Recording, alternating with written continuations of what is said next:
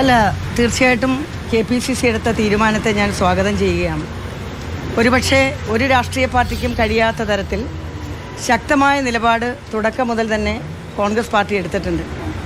ഇത്തരത്തിലൊരു വലിയ വിഷയം പുറത്തു വന്നപ്പോൾ തന്നെ മാധ്യമ വാർത്തകളുടെ അടിസ്ഥാനത്തിൽ തന്നെ KPCCയുടെ അതുപോലെ തന്നെ നേതൃത്വത്തിൻ്റെ നിർദ്ദേശപ്രകാരം യൂത്ത് കോൺഗ്രസ് പ്രസിഡന്റ് സ്ഥാനത്ത് നിന്ന് അദ്ദേഹത്തെ മാറ്റി നിർത്തി. അതിനുശേഷം സസ്പെൻഡ് ചെയ്തു. അതിനുശേഷം പാർലമെൻ്ററി പാർട്ടിയിൽ നിന്നും മാറ്റി നിർത്തി. അതിനുശേഷം വീണ്ടും പരാതി വന്നപ്പോൾ ആ പരാതി നേരെ DGPക്ക് കൈമാറിയതും KPCCയാണ്.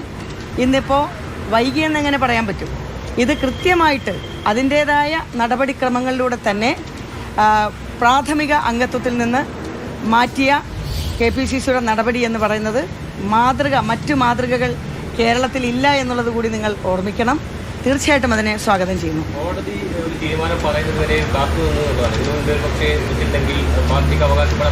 അല്ലല്ല, ഇത് നമ്മൾ അവകാശവാദത്തിൻ്റെ വിഷയമല്ലത്.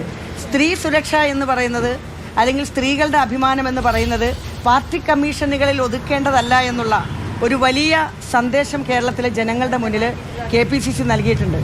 മറ്റ് പാർട്ടികളിൽ സമീപകാലത്തുണ്ടായിട്ടുള്ള ഒട്ടേറെ കാര്യങ്ങളുണ്ടല്ലോ.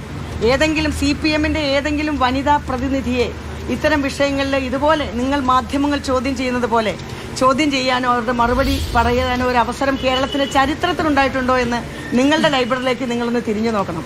ഞങ്ങളൊക്കെ പാർട്ടിക്കകത്ത് അഭിപ്രായം പറയും, പാർട്ടിക്ക് പുറത്ത് അഭിപ്രായം പറയാനുള്ള സ്വാതന്ത്ര്യം നൽകിയിട്ടുണ്ട്.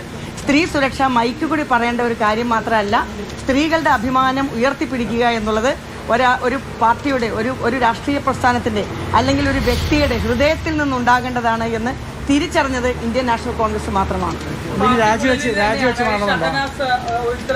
നേരത്തെ രാഹുൽ മാങ്കൂട്ടം മാത്രമല്ല ഷാഫി പറമ്പിൽ ഉൾപ്പെടെ ഇക്കാര്യങ്ങൾ അറിയിച്ചിരുന്നതാണ്. പക്ഷെ അതിനകത്തൊരു പ്രതികരണം ഉണ്ടായില്ല. തനിക്ക് അപമാനിക്കുന്ന രീതിയിലാണ് അദ്ദേഹത്തിന്റെ പ്രതികരണം തോന്നിയെന്ന് പറഞ്ഞു. അപ്പോൾ ഇത് ഷാനിമോൾ ഉസ്മാൻ അടക്കമുള്ള കോൺഗ്രസിന്റെ മുതിർന്ന നേതാക്കളുടെ പ്രതികരണമാണ് നമ്മൾ കേട്ടത്. കൂട്ടത്തോടുകൂടി രാഹുൽ മാങ്കൂട്ടത്തിന് വേണ്ടി പരോക്ഷമായൊക്കെ തന്നെ അനുകൂലിച്ച് പ്രതികരിച്ചവർ, മയപ്പെട്ട നിലപാടുകൾ പ്രഖ്യാപിച്ച ആളുകളെല്ലാം ഈ ഘട്ടത്തിൽ കോടതി വിധി വന്നു കഴിയുമ്പോൾ കൂട്ടത്തോടുകൂടി തള്ളിപ്പറയുന്നു. കോൺഗ്രസ് ഔദ്യോഗികമായി രാഹുൽ മാങ്കൂട്ടത്തിനെ പുറത്താക്കുന്നു.